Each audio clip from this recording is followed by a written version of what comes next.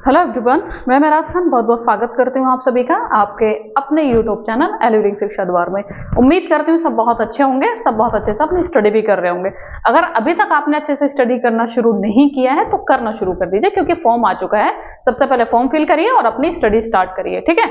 और आज के इस वीडियो में हम सॉल्व करेंगे बीए ऑनर्स का पेपर। किसका पेपर? बीए ऑनर्स का पेपर, जो कि हाँ, बीए ऑनर्स का पेपर है ये, जो कि 2023-24 में, मतलब लास्ट ईयर ही जो एमयू में एग्जाम हुआ था बीए ऑनर्स का, उसका ही पेपर है। इससे पहले इस पेपर में आपको दो वीडियोस मिल गई हैं। पहली वीडियो क्वेश्चन नंबर 1 से क्वेश्चन नंबर 25 इंग्लिश, ठीक है, सर ने इंग्लिश सॉल्व कराया है। फिर क्वेश्चन नंबर 26 से 50 इंडो इस्लामिक सर ने करा दिया है। वीडियो आपके पास आ गई है, अगर नहीं देखा है तो देख लीजिए, क्योंकि ये वीडियोस आपके लिए बहुत बहुत जरूरी हैं, मस्ट है पेपर लगाना, प्रीवियस ईयर क्वेश्चन पेपर लगाना, क्योंकि इससे आपको बहुत सारे फायदे होंगे। जैसे अब लेवल पता चलेगा कि आपका लेवल क्या है, आपकी नॉलेज का लेवल, वैसे लेवल नहीं, नॉलेज का लेवल क्या है।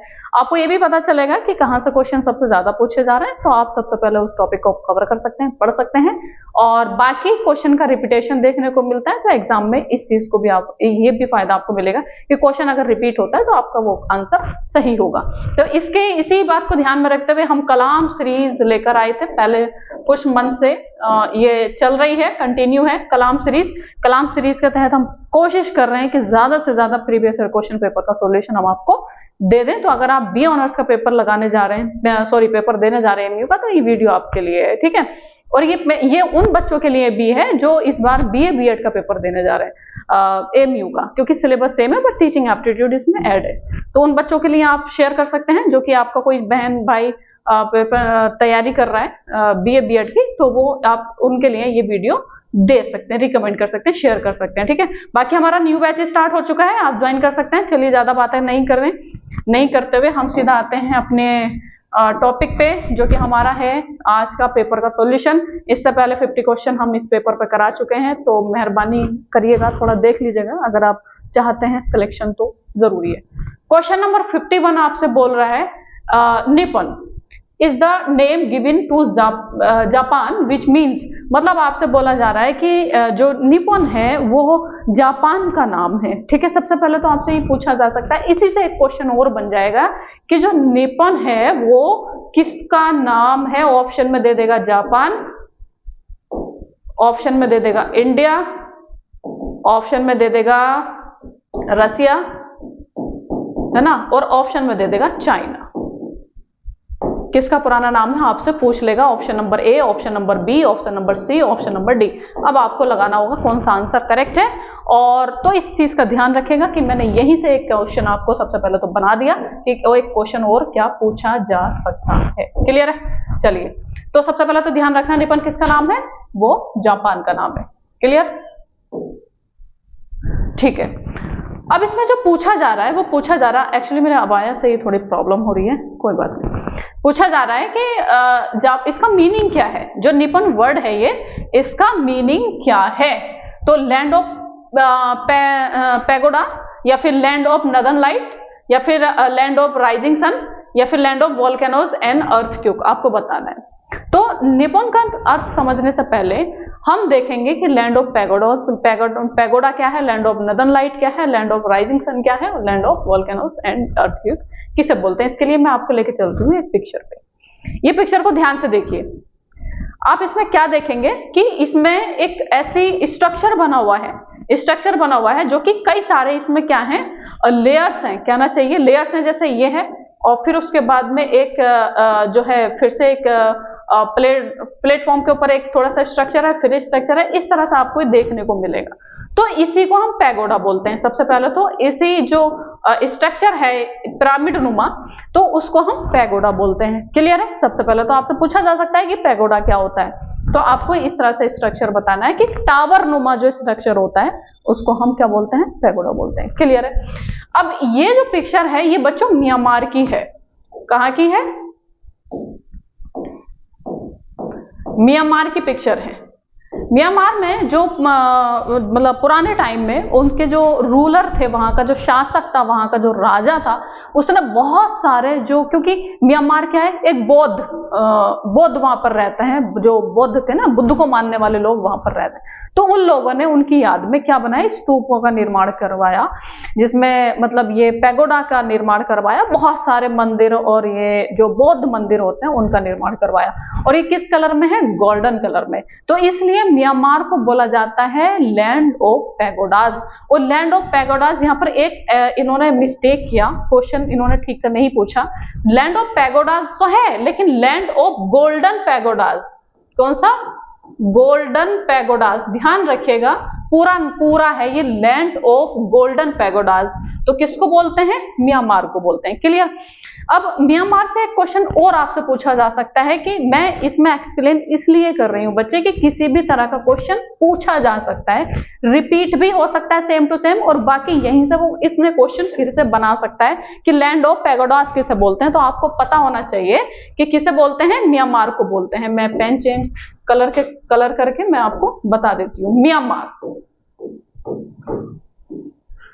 ठीक है, किसको बोलते हैं, लैंड ऑफ पैगोडाज, ये आपको पता होना चाहिए। म्यांमार के बारे में फिर आपको थोड़ा सा और पता होना चाहिए, जैसे म्यांमार को और क्या बोला जाता है, म्यांमार का पुराना नाम क्या था, पूछा जा सकता है, बर्मा, ठीक है। अब यहां से एक फैक्ट और आपको याद होना चाहिए म्यांमार से रिलेटेड, कि जो हमारे देश के लास्ट मुगल जो शासक थे, बादशाह थे, बहादुर शाह जफर, है ना, बहादुर शाह जफर को अंग्रेजों ने क्या कर दिया था, निर्वासित कर दिया था, या मतलब शिफ्ट कर दिया था। कहां कर दिया था, म्यांमार में किया था, और म्यांमार में भी कहां किया था, रंगून में किया था, ठीक है, रंगून, जबकि इसका अब जो नाम है वो यंगून है, ये भी ध्यान रखिएगा। तो आपसे ये पूछा जा सकता है कि म्यांमार में किसका मकबरा है, टॉम किसका है, तो वो है बहादुर शाह जफर, है ना, क्योंकि जब यहाँ तो उन्होंने अंतिम अपनी सांस, मतलब कह सकते हैं उनकी डेथ भी कहाँ हुई थी, यही हुई थी। तो बहादुर शाह जफर, बहादुर शाह जफर सेकेंड, इसका ध्यान रखिएगा। इनका टर्म कहाँ है, म्यांमार में। म्यांमार का नाम क्या है, पुराना बर्मा, और इसका जो इसको क्या बोलते हैं, लैंड ऑफ गोल्डन पैगोडाज। अच्छा, म्यांमार के बारे में हमने इतनी बात कर ली। अब लैंड ऑफ नदर्न लाइट क्या है ना, land of northern light. Northern light को, मतलब लैंड को जानने से पहले हमें नदर्न लाइट को जानना चाहिए कि नदर्न लाइट क्या है। इसके लिए भी मैं एक पिक्चर लेकर आई हूँ, ये ध्यान से देखिएगा। अब आप ये मत बोलिएगा कि मैम ने यहाँ पर किसी की सीनरी चिपका दी, नहीं, सीनरी नहीं है, ये कितने खूबसूरत है, एक मतलब एक जो बोलते हैं ना, कुदरत का खेल है ना, कुदरत का करिश्मा, वैसे ही ये नेचर है, ये नेचर, जैसे बोलते मतलब एकदम प्योरिटी की, मतलब देखें नेचर, कुदरत क्या है ना। तो ये जो पिक्चर है ना बच्चे, ये एक पिक्चर ली गई है, बनाई नहीं गई है, कोई सीनरी नहीं है, ये पिक्चर ली गई है। और पिक्चर कहाँ की है, ये आपने देखा होगा। इसको सबसे पहले तो जैसे मैं थोड़ा सा समझा दूं आपको, हमारा अर्थ आपको पता ही है ना, अर्थ ये है, चले क्या बोलते हैं, ये आपको कलर दिख नहीं रहा होगा तो मैं कलर थोड़ा डार्क ले लेती हूँ। ये हमारा अर्थ है, ठीक है। अब अर्थ पे यहाँ नॉर्थ पोल है और यहाँ साउथ पोल है, मतलब यहाँ साउथ पोल है, मैं पोल नहीं लिख रही हूँ,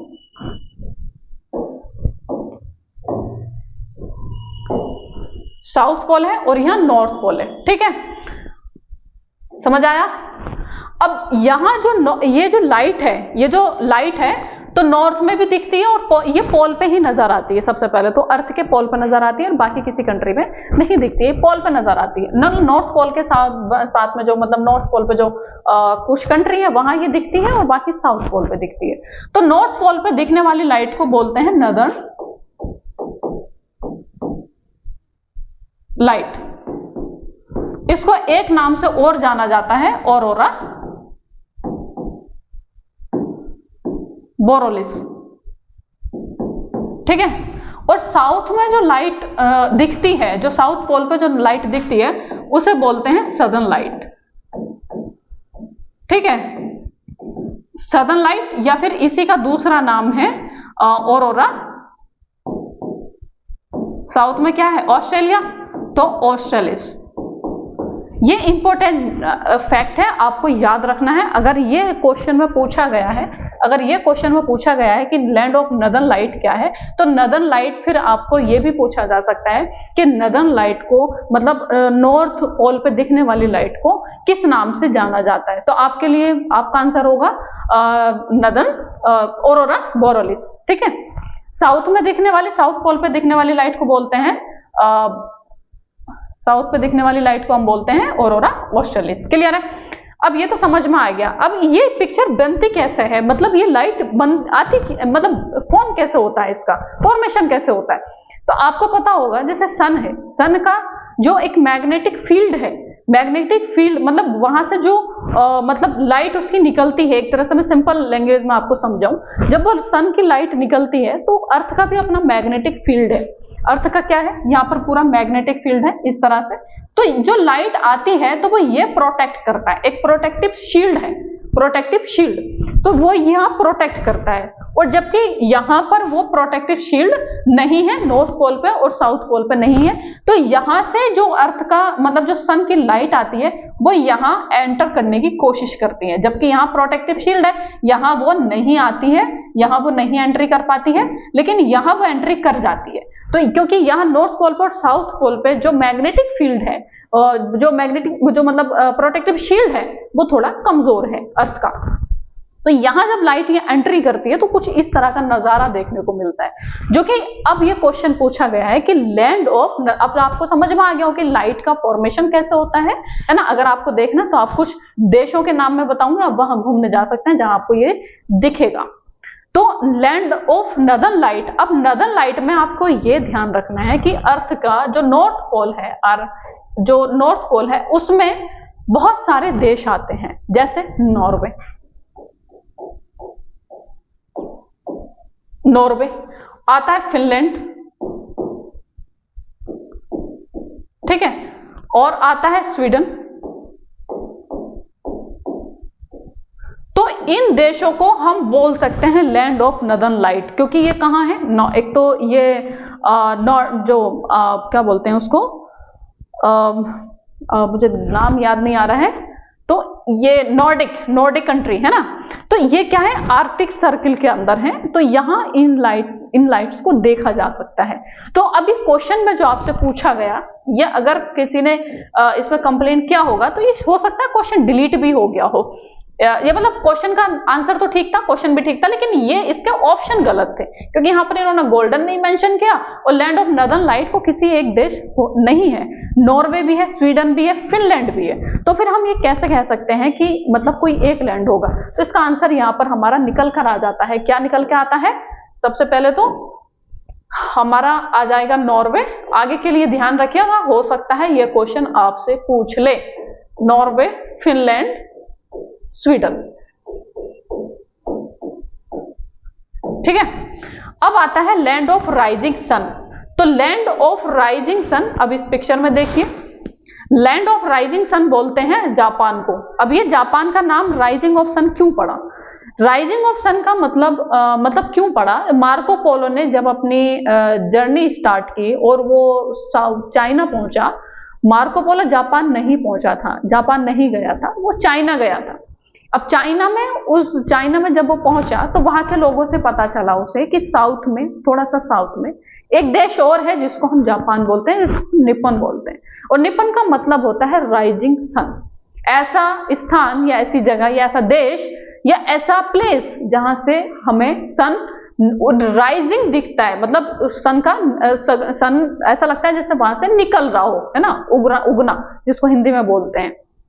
तो तब वहां के लोगों ने ये बोला कि ये साउथ में जो एक देश है उसको हम ये बोलते हैं, और वहां से ऐसा लगता है जैसे सन निकल रहा हो या सन राइजिंग सन का लैंड हमें दिखता है। तो इसका मतलब ये है कि जापान को राइजिंग सन कैसे नाम पड़ा, जो साउथ चाइना के लोग थे उन्हें, क्योंकि साउथ चाइना के साउथ में जापान है, तो वहां से उन लोगों को लगता था कि जापान से ही सन निकल रहा है, तो इसलिए उन्होंने नाम दिया इसका राइजिंग सन। तो हमारे क्वेश्चन का आंसर तो हो जाएगा option number C, land of the rising sun बोलते हैं जापान को,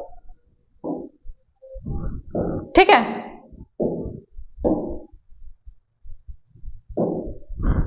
फिर आता है land of volcanoes and earthquake. इसका भी कोई एक नाम नहीं है, इंडोनेशिया इसको हम लिख सकते हैं वैसे, लेकिन इसका आंसर ये शायद मुझे नहीं लगता, क्योंकि वॉल्केनो जो इंडोनेशिया में और अर्थक्वेक जापान में, तो इसका वैसे ही आंसर पता नहीं कैसा करके इन्होंने दिया है। फिलहाल इस क्वेश्चन को मैंने अच्छे से एक्सप्लेन कर दिया, 2-3 फैक्ट आपको याद रखने हैं। अब हम चलते हैं नेक्स्ट क्वेश्चन की तरफ। क्वेश्चन नंबर 52 हमसे बोल रहा है कि Eritrea which become the 182nd member of the UN in 1993 is in the continent of. बच्चा आपको ना साथ में नोट्स बनाते चलना है, जो हम फैक्ट बता रहे हैं, जो मैं कुछ पॉइंट बता रही हूँ, वो क्या करना है, अपने नोटबुक में ऐड करते चलना है, ठीक है।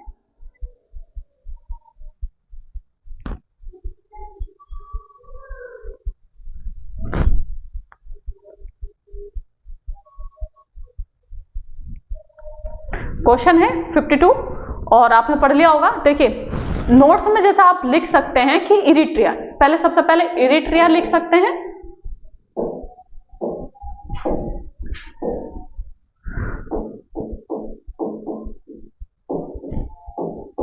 आप यहीं से क्वेश्चन जो पूछा गया वहीं से बहुत सारे आप फैक्ट निकाल सकते हैं।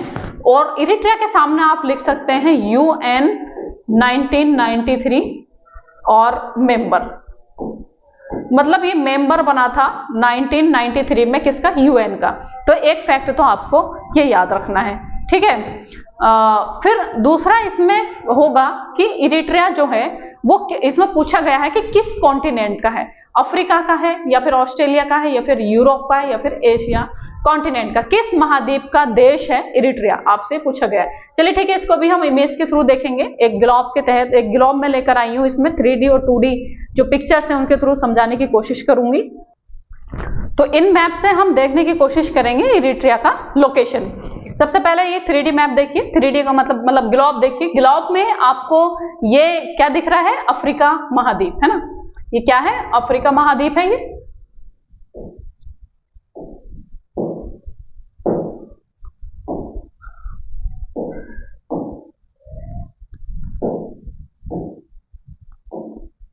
सॉरी आया थोड़ा परेशान कर रहा है, कोई नहीं।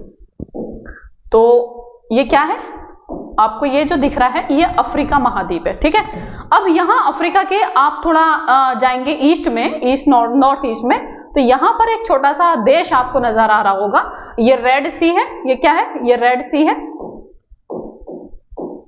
रेड सी के साउथ में आपको दिख रहा होगा, तो इसी देश का नाम है इरिट्रिया। अब हम ये थोड़ा पॉलिटिकल मैप में देखने की कोशिश करते हैं। पॉलिटिकल मैप जो अफ्रीका का है, तो इसमें आप देखेंगे रेड सी है और रेड सी के नीचे ये है इरिट्रिया, ठीक है, ये इरिट्रिया इतना छोटा सा है। अब आपको क्या समझ में आया कि इरिट्रिया जो देश है वो कहाँ है, अफ्रीका कॉन्टिनेंट में, ठीक है, समझ में आ गया। वैसे तो आप इसमें जानने के लिए बहुत कुछ है, लेकिन एक इंपॉर्टेंट फैक्ट मैं आपको बता दूं, यहाँ जब अफ्रीका कॉन्टिनेंट की बात आई है तो एक इंपॉर्टेंट फैक्ट है जो कि आपको अपने नोट्स में लिख लेना है। वो क्या है कि यहाँ जो ये एक मात्र ऐसा कॉन्टिनेंट है अफ्रीका, एक मात्र ऐसा कॉन्टिनेंट है, मतलब इकलौता, ओनली, जहां से तीनों लाइन पास होती हैं। अब कौन सी line, Tropic of Cancer, Tropic of Capricorn और इक्वेटर। 0 डिग्री भूमध्य रेखा, 23 डिग्री एंड हाफ साउथ, जो जिसे बोलते हैं ट्रॉपिक ऑफ कैप्रिकॉन, और 23 डिग्री एंड हाफ नॉर्थ, जो है इसको हम बोलते हैं ट्रॉपिक ऑफ कैंसर, ठीक है। ये एकमात्र ऐसा कॉन्टिनेंट है जहां से तीनों रेखाएं पास होती हैं, तीनों रेखाएं पास होती हैं, आपको ये ध्यान रखना है। बाकी चाहे वो एशिया हो, यूरोप हो, या फिर मैं बात करूं ऑस्ट्रेलिया की, तो कोई एक ही रेखा पास होती है, लेकिन यहां से तीनों जो लाइन है वो पास होती है। तो इंपॉर्टेंट फैक्ट है, अफ्रीका के बारे में आपको लिख लेना। अब हम चलते हैं अपने क्वेश्चन पे। अब लोकेशन आपने देखी तो आपको पता चल गया कि जो इरिट्रिया है वो हमारा कहाँ है, अफ्रीका कॉन्टिनेंट में, ठीक है। इरिट्रिया के बारे में आपको खुद इस क्वेश्चन में गिवन है इंफॉर्मेशन, जो कि पॉइंट्स बनेगा आपके नोट्स का इंपॉर्टेंट। वो क्या बनेगा कि इरिट्रिया कब यूएन का मेंबर बना था, तो वो बना था 1993, ठीक है, क्वेश्चन रिपीट होगा। क्वेश्चन बोलते हैं बच्चे रिपीट नहीं हुए, ऐसे तो क्वेश्चन बनते हैं, यही तो क्वेश्चन बना देगा, फिर बोलेगा क्वेश्चन तो हमने नया फ्रेम किया था, लेकिन वो तो रिपीटेशन है, लेकिन आप लोगों ने ध्यान नहीं दिया। चलिए नेक्स्ट क्वेश्चन की तरफ हम मूव करते हैं। नेक्स्ट क्वेश्चन है question number 53, which country is known as the cockpit of Europe. Cockpit of Europe का मतलब यह है ऐसा स्थान जहां पर बहुत सारी लड़ाइयां लड़ी गई हो, युद्ध लड़े गए हो या फिर वॉर हुए हो, एक ऐसा स्थान, ऐसा प्लेस। वो बेल्जियम था या फिर लग्जमबर्ग था या फिर स्विट्जरलैंड था या फिर नीदरलैंड था। तो हमें इसको भी मैप के थ्रू हम समझेंगे। मैं लोकेशन इसलिए मैं दिखा रही हूं ताकि विजुअलाइजेशन जो होता है वो भूलते नहीं है। आप मूवी को क्यों भूल जाते, मूवी को क्यों नहीं भूलते, क्योंकि वो होता है विजुअलाइजेशन, आप खुद इमेजिन भी करते हो, है ना, इसलिए भूलते नहीं हो। और यहाँ पढ़ाई को भूल जाते हो क्योंकि आपने पिक्चर के थ्रू पढ़ने की कोशिश नहीं करी। तो हम पिक्चर के थ्रू ज्यादा से ज्यादा जानने की कोशिश करेंगे। तो अब हम बेल्जियम, इसमें बाकी देश जो है उनके बारे में जानते हैं। यहाँ है लग्जमबर्ग, जो भी ऑप्शन में दे रखा हम उसी पे बात करेंगे। यहाँ पर है पेरिस, पेरिस का मतलब फ्रांस, ठीक है, फ्रांस, फ्रेंच। और यहां पर है बेल्जियम, और यहां पर आपको दिख रहा है जर्मनी, ठीक है। तो ये बेल्जियम की लोकेशन आपको दिख रही होगी, ये कुछ इस तरह से ये बेल्जियम है, यहां सॉरी ये बेल्जियम है। तो इसकी लोकेशन आपको क्या कैसे दिख रही है? इसकी लोकेशन ऐसी दिख रही है कि इधर से ये फ्रांस और इधर से ये जर्मनी और इधर से नीदरलैंड और इधर से ये लग्जमबर्ग और इधर है जो है ग्रेट ब्रिटेन। तो वो, और आपको पता है इंडिया में भी जो फ्रांस थे, जो फ्रेंच थे और जो अंग्रेज का मतलब है मेरा जो ग्रेट ब्रिटेन से थे, है ना, तो उनमें बहुत ज्यादा फाइटिंग हुई थी और फाइनली अंग्रेज जीत गए थे, है ना, उन्होंने फिर राज किया इंडिया पे। तो मैं ये कहना चाह रही हूँ कि यही है इंग्लैंड, इसके बराबर में इंग्लैंड था। तो इंग्लैंड में और जो फ्रांस था उसमें बनती नहीं थी, उसमें बहुत लड़ाइयां हुई हैं। तो इधर से फ्रांस आ गया और इधर से ब्रिटेन आ गया, इंग्लैंड, और इधर से फ्रांस वाले चले गए और इधर से जर्मनी, और यहाँ बेल्जियम पे जाके अपना अखाड़ा इन्होंने बना दिया बेल्जियम को, और यहाँ इन्होंने खूब लड़ाइयां लड़ी। आपने नेपोलियन का एक बहुत ही फेमस वॉर का नाम सुना होगा, अगर आपने एनसीईआरटी पढ़ी होगी तो, वाटरलू, है ना। तो वाटरलू का जो वार हुआ था वो यही हुआ था बेल्जियम में। तो इसमें इतने सारे देश, और इसका बेल्जियम का कोई नुकसान नहीं था, उसने बस एक प्लेटफॉर्म दे दिया कि ये प्लेटफॉर्म है और आके लड़ो। तो खैर बेल्जियम का इसमें कुछ ऐसा लेना देना नहीं था कि लड़े, लेकिन ये लोग खुद ही इसको अखाड़ा बना दिए और यहाँ आके लड़ाई लड़ते थे, जो है वार होता था। तो इसलिए बेल्जियम को बोला जाता है, क्या बोला जाता है? Cockpit of Europe. हमारा करेक्ट आंसर क्या हो गया? Cockpit of Europe. समझ में आया कैसे? इसकी लोकेशन बेल्जियम की ऐसी थी, यहाँ से फ्रेंच, यहाँ से जर्मनी, यहाँ से नीदरलैंड, उधर से इंग्लैंड, और आके अपने आराम से यहाँ पर लड़ रहे हैं। नेक्स्ट क्वेश्चन है क्वेश्चन नंबर 54। क्वेश्चन नंबर 54 है the space craft Aditya, Aditya यहाँ पर थोड़ा गलत लिखा हुआ है, आदित्य L1, इसका पूरा नाम है आदित्य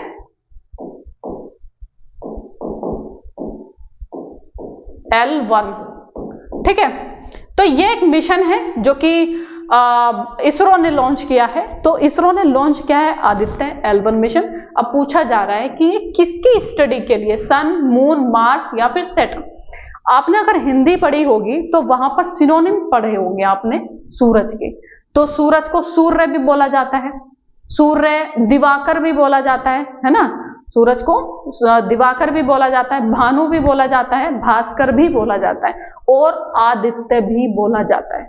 तो हिंदी में जो पर्यायवाची हैं सन के, सूरज के, तो उसमें आदित्य भी है। आदित्य हिंदी में अगर आपने लिखा देखा होगा तो कुछ इस तरह से लिखा जाता है, जो कि क्या है, एक जो सूरज है, सन है, उसका ये क्या है, पर्यायवाची है, मतलब सिनोनिम है। अगर इंग्लिश मीडियम से हो तो मैं आपको बता रही हूँ, ये सिनोनिम है, किसका है, सन का। तो इसकी किसकी स्टडी करेगा, ये सन की ही करेगा। तो हमारा राइट आंसर तो हो गया ए, सन। अब जो आदित्य L1 मिशन है, इससे इंपोर्टेंट कुछ और जो फैक्ट है वो आपसे पूछ सकता है, तो आपको पता होना चाहिए। सबसे पहले तो आपको पता होना चाहिए कि आदित्य L1 जो लॉन्च हुआ था वो कब हुआ था, तो ये हुआ था 2 सितंबर 2023। कब हुआ था? सितंबर 2 2023 ये डेट थी। कहां से हुआ था ये और भी जरूरी है आपके लिए याद रखना, या फिर आपको अपने जो है नोटबुक में ऐड कर लेना है। और अगर आप नोट्स भी नहीं बना रहे हो ना, आप चाह रहे हो कि फॉर्म आ गया है, अभी तो आप होश में आए हैं, आप पढ़ना शुरू किए हैं, तो आपके पास टाइम नहीं है क्योंकि बहुत सारा सिलेबस आपको कवर करना है, तो ठीक है आप मत लिखिए, कुछ भी नोट्स मत बनाइए, सीधा टेलीग्राम को ज्वाइन करिए। इस वीडियो के जो डिस्क्रिप्शन है उसमें लिंक हम दे देंगे, टेलीग्राम का ज्वाइन करिए। ये पीडीएफ आपको टेलीग्राम पे मिल जाएगी सेम टू सेम, आपको लिखने की भी जरूरत नहीं है, सारे फैक्ट आपको और पिक्चर के थ्रू पूरा पीडीएफ ऐसे ही चला जाएगा आपको पीपीटी। ठीक है, हम क्या बात कर रहे थे? हाँ, लॉन्च हुआ था 2 सितंबर को। अच्छा, कहां से हुआ था? वो हुआ था सतीश धवन स्पेस सेंटर, और ये कहां है? श्रीहरिकोटा। आपसे यहाँ कई सारे क्वेश्चन बन सकते हैं। एक तो आदित्य L1 का आपसे डेट पूछ सकता है, तो आपको डेट याद रखनी है। फिर पूछ सकता है किस स्टेशन से हुआ था, तो सतीश धवन अंतरिक्ष केंद्र, सतीश धवन स्पेस सेंटर से हुआ था। आपसे ये भी क्वेश्चन पूछा जा सकता है कि सतीश धवन जो स्पेस सेंटर है वो कहाँ है, तो वो श्रीहरिकोटा में है। ठीक है, कहाँ है? श्रीहरिकोटा। ठीक है, कितने क्वेश्चन बन गए? बहुत सारे क्वेश्चन बन गए। एक क्वेश्चन जो और जरूरी है जानना, जो हो सकता है यहाँ क्वेश्चन बन सकता है कि आदित्य L1 किस रॉकेट से लॉन्च हुआ था, लॉन्च व्हीकल का नाम क्या था? तो लॉन्च व्हीकल था इसका PSLV C57, 58 नहीं, 56 भी नहीं, 57। ठीक है, तो आपको ये भी ध्यान रखना है, इंपॉर्टेंट है। इसका जो है ये रॉकेट है। ठीक है बच्चों, चलिए नेक्स्ट क्वेश्चन की तरफ हम बढ़ते हैं। नेक्स्ट क्वेश्चन है हमारा, हमने आंसर तो देख ही लिया इसका, सन। Question number 55, which of the following journalist won equal pay claim against BBC। ये करंट अफेयर्स का क्वेश्चन है, क्योंकि आपको पता होगा कि आपके एग्जाम में करंट अफेयर्स और जीके भी पूछता है, जीएस और क्या आता है? करंट अफेयर्स आता है। तो ये जो क्वेश्चन था करंट अफेयर्स का था, तो आपको जानना जरूरी नहीं है, ये क्वेश्चन रिपीट नहीं होगा, मुझे तो ऐसा लगता है, क्योंकि करंट अफेयर्स था लास्ट ईयर का, इस बार दूसरा क्वेश्चन बनेगा यहाँ से। तो ये इसका आंसर ठीक जान लिया आपने, बस और कुछ नहीं इसको याद करना है, समीरा अहमद थी। ठीक है, नेक्स्ट क्वेश्चन। हाँ, क्वेश्चन को नेक्स्ट क्वेश्चन पे हम अभी बढ़ेंगे। मैं आपको बता दूं कि हमारा न्यू बैच लॉन्च हुआ है BA BEd, ये BA BEd का है। आप इसके लिए इसका सिलेबस चेक कर सकते हैं, और अगर आप ज्वाइन करना चाहते हैं हमारा BA BEd का कोर्स, तो एप्लीकेशन पे जाके, मतलब प्ले स्टोर से एप्लीकेशन डाउनलोड करके और इसके बारे में जानकारी ले सकते हैं, ज्वाइन कर सकते हैं। BA का भी कोर्स चल रहा है, BA का भी बैच चल रहा है, आप ज्वाइन कर सकते हैं। ठीक है, नेक्स्ट क्वेश्चन है क्वेश्चन नंबर 56, परंपरागत कृषि विकास योजना सीक्स 2।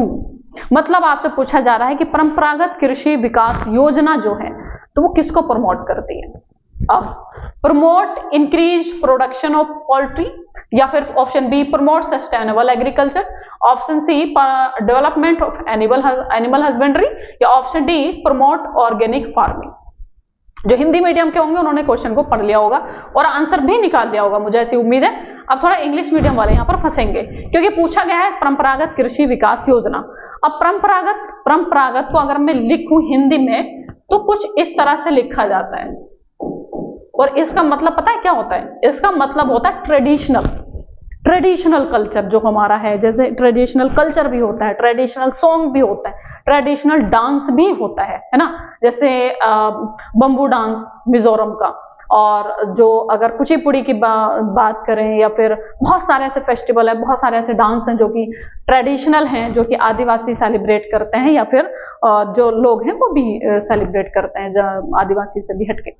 तो वो क्या है? ट्रेडिशनल का मतलब है जो हमारे दादा भी करते थे उसको हमारे पापा भी कर रहे हैं, हम भी फॉलो कर रहे हैं, और जो आने वाली जनरेशन है वो भी फॉलो करेगी। उससे हमारे दादा से पहले उनके अब्बा, उनके भी पापा, ऐसे करके जो फॉलो करते आ रहे हैं उनको हम ट्रेडिशनल बोलते हैं। ठीक है, तो ट्रेडिशनल अब यहाँ पूछा जा रहा है परंपरागत कृषि। वैसे तो करंट अफेयर्स का क्वेश्चन है, आप लोगों ने इसका आंसर पढ़ा होगा तो आप निकाल लिए होंगे, लेकिन अगर आपने नहीं भी पढ़ा, नहीं भी जानते, तब भी इसका आंसर आप निकाल सकते थे। कैसे? परंपरागत मतलब ट्रेडिशनल। अब ट्रेडिशनल जो हमारे दादा ने किया, उनके भी अब्बा ने किया, उनके भी अब्बा ने किया, तो कृषि की बात हो रही है, कृषि की बात हो रही है।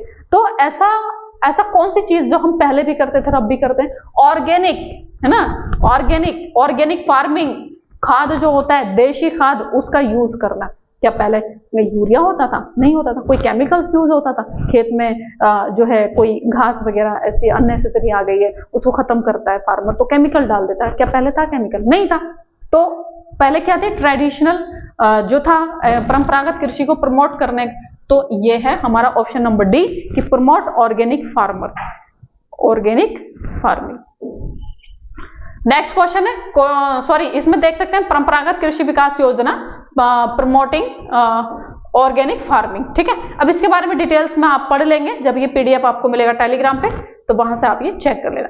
Question number 57, the system of communal electorate in India was first introduced by the, मतलब आपसे पूछा जा रहा है कि वो सिस्टम जो कि electorate in India was first introduce, पहली बार इंट्रोड्यूस हुआ था, तो वो हुआ था मॉर्ले मिंटो रिफॉर्म से ऑफ 1909।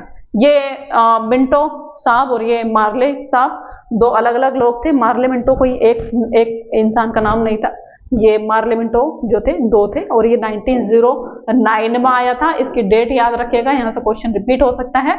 तो हमारा राइट आंसर है ऑप्शन नंबर बी की इलेक्टोरेट, मतलब सिस्टम जो आया था इलेक्टोरेट का, वो कब आया था? मार्ले मिंटो रिफॉर्म से। नेक्स्ट क्वेश्चन है question number 58, which one of the following states was the first state in India to regulate 58 the manufacture and use of plastic. तो बच्चों आपके लिए होमवर्क है, यह क्वेश्चन रिपीट हो सकता है, तो आपको इसका आंसर सर्च करना है और कमेंट बॉक्स में कमेंट करके बताना है इसका आंसर क्या होगा, हिमाचल प्रदेश, गुजरात, केरल या फिर गोवा। क्लियर? ये आपका होमवर्क मैं दे रही हूं आपको, आंसर मैं बता सकती हूं लेकिन आप लोगों को भी थोड़ा दिमाग यूज करना है।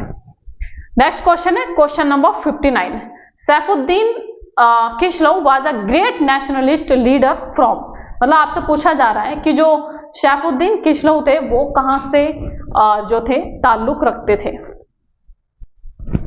तो Saifuddin Kitchlew was a great nationalist leader from, तो वो थे पंजाब। ठीक है, ये कहां से थे? पंजाब से थे, अमृतसर से थे, और इनकी जो डेथ हुई थी वो दिल्ली में हुई थी।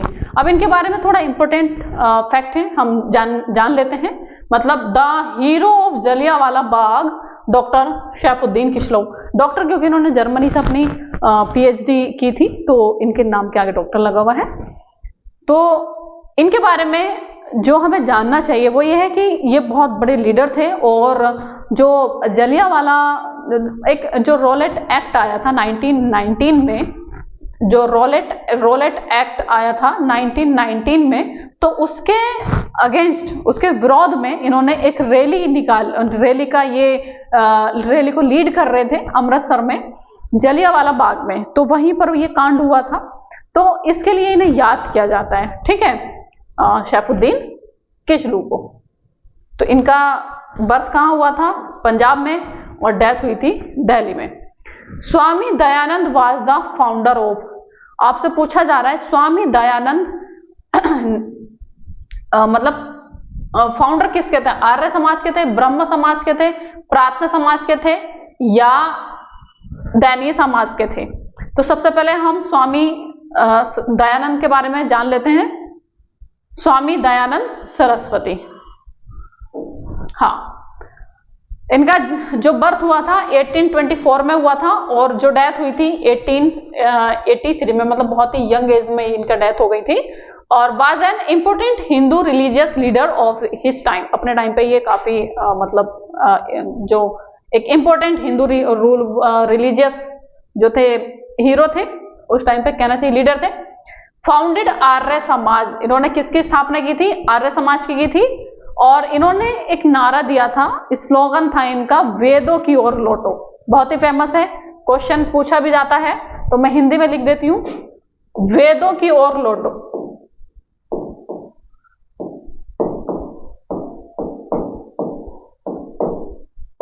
ठीक है, बाकी कुछ ऐसा है नहीं इसमें पढ़ने का। स्वराज, अच्छा ये इंपॉर्टेंट है, was the first to give the call for swaraj as India for Indians in 1876, मतलब 1876 में स्वराज्य, मतलब हाँ अंग्रेजों को बाहर निकालो, हमारा देश है, हम रहेंगे। तो ये नारा देने वाले, सबसे पहले बात करने वाले कौन थे? स्वामी दयानंद थे। और president of India doctor Radhakrishnan ने इनको बोला था makers of modern India. Important है, पूछा जा सकता है कि ये स्वामी दयानंद को मेकर्स ऑफ मॉडर्न इंडिया किसने कहा था? तो वो कहा था president of India doctor S Radhakrishnan. ठीक है, एक यहां से इनका एक बहुत ही फेमस बुक है जो पूछी जाती है, सत्यार्थ प्रकाश। सत्यार्थ प्रकाश, ठीक है, इनकी बहुत ही फेमस बुक है, तो आपके लिए जानना जरूरी हो जाता है। नोट में भी, नोटबुक में भी आपको लिख लेना है, इंपॉर्टेंट है। क्लियर? तो हम क्वेश्चन पाते हैं, स्वामी दयानंद फाउंडर ऑफ आर्य समाज। बाकी ब्रह्म समाज की स्थापना किसने की थी, प्रार्थना समाज की किसने की थी, और दैनी समाज की किसने की थी, ये आप मुझे कमेंट बॉक्स में कमेंट करके बताएंगे। मैं अगर सबको एक्सप्लेन करूंगी बहुत ज्यादा तो हो जाएगा वीडियो बहुत लंबी। खैर, यहाँ पर हमारे क्वेश्चन, हमने क्वेश्चन नंबर 51 से 60 किया है। नेक्स्ट वीडियो में मैं कराऊंगी इसके आगे के क्वेश्चन। तो आपके लिए बहुत जरूरी हो जाता है वीडियो को देखना और पेपर लगाना, और सारा एक्सप्लेनेशन मैंने करने की कोशिश की है। आपको बहुत ज्यादा टाइम मैं नहीं लूंगी अब। और बाकी मैं आपसे यही बोलना चाहूंगी कि जिसने नहीं देखी है वीडियो देखिए, पेपर लगाइए अच्छे से और तैयारी कीजिए।